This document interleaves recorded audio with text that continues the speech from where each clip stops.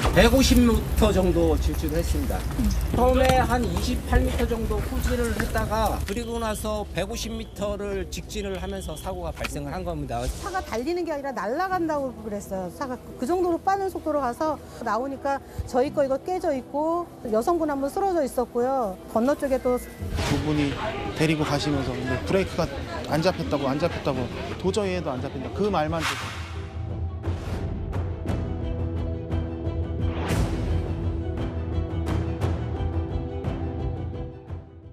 어제 부천의 한 전통시장에서 차량 돌진 사고가 발생했습니다. 그야말로 보신 것처럼 쑥대밭이 됐습니다.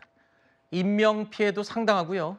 CCTV 화면을 보니 정말 끔찍하고 참혹한 모습이었습니다. 행인들이 손 쓸 새도 없이 피해를 당할 수밖에 없었고요. 피해가 클 수밖에 없었던 이유는 저곳이 바로 전통시장 골목이라는 겁니다. 차가 원래 다니는 곳은 아니죠.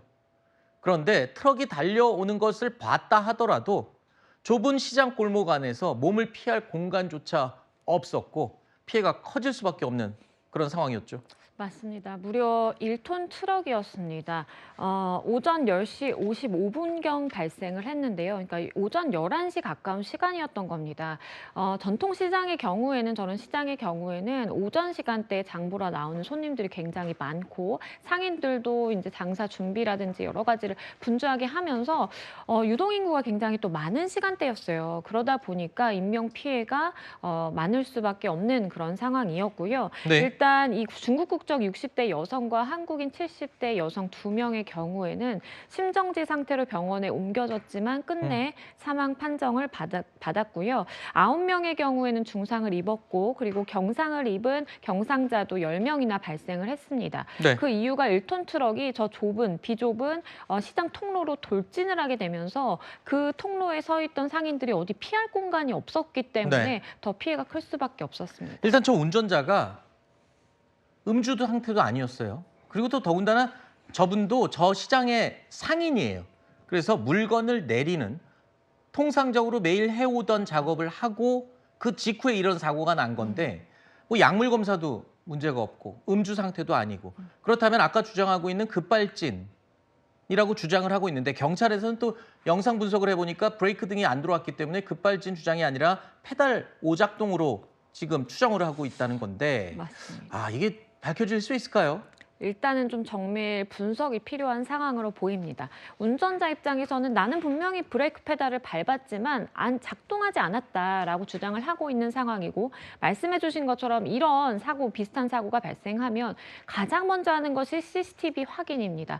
바로 그 브레이크 등, 빨간 등이 들어왔는지 아닌지 정말 운전자가 브레이크를 밟았지만 차량이 오작동으로 인해서 저렇게 급발진을 하게 된 것인지를 먼저 확인하거든요. 네. 근데 일단은 브레이크 등은 켜지지 않은 상황이기 때문에 네. 브레이크 등이 켜지지 않을 정도의 아예 이 페달이 작동하지 않는 정도의 오작동이었는지 아니면 단순히 이 상인이 운전을 하는데 브레이크 페달과 가속 페달을 착각했을 가능성도 있기 때문에 네. 여러 가지 가능성을 열어두고 수사할 예정입니다. 하나 궁금한 게요. 이 보상 문제인데 지금 사망하신 분도 2분이나 되고 또 다친 사람 포함하면 19명이 또 중경상을 입지 않았습니까?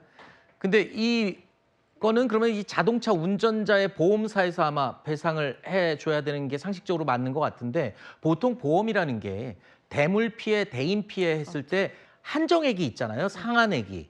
그러면 저렇게 많은 피해를 났으면 그거를 보험사가 다 보상을 해줄 수 있는 게 아니잖아요. 어떻게 되는 겁니까, 보상은? 그렇죠. 그런데 우리가 피해 회복에 이제 초점을 조금 맞추자면 보험사 입장에서 먼저 일단은 보험 처리, 해결을 해주고 말씀해 주신 것처럼 본인이 체결한 보험 계약이라든지 약관에 따라서 보장받는 금액이 정해져 있을 가능성이 있습니다. 그러면 그 금액을 넘는 부분에 대해서는 결국 운전자, 본인이 다 책임을 감수해야 되는 것이고 형식적으로는 보험사가 피해자들이라든지 어떠한 피해 보상의 지급을 다 마치고 그 다음에 나머지 보상 한도를 넘는 금액에 대해서는 운전자에게 구상권을 청구하는 방식으로 충분히 보전을 받을 수 있기 때문에 그러한 네. 방식으로 이루어질 것입니다. 그러면 일단 저 피해를 보신 분들의 다친 분들의 치료비는 당연한 거고요. 그 근처에 파손된 가게, 상점들의 피해도 일단 보험사가 다 보상을 해주고 그리고 그 초과된 금액에 대해서는 어떻게든 저 운전하신 분이 감당을 해야 될 부분이군요. 알겠습니다.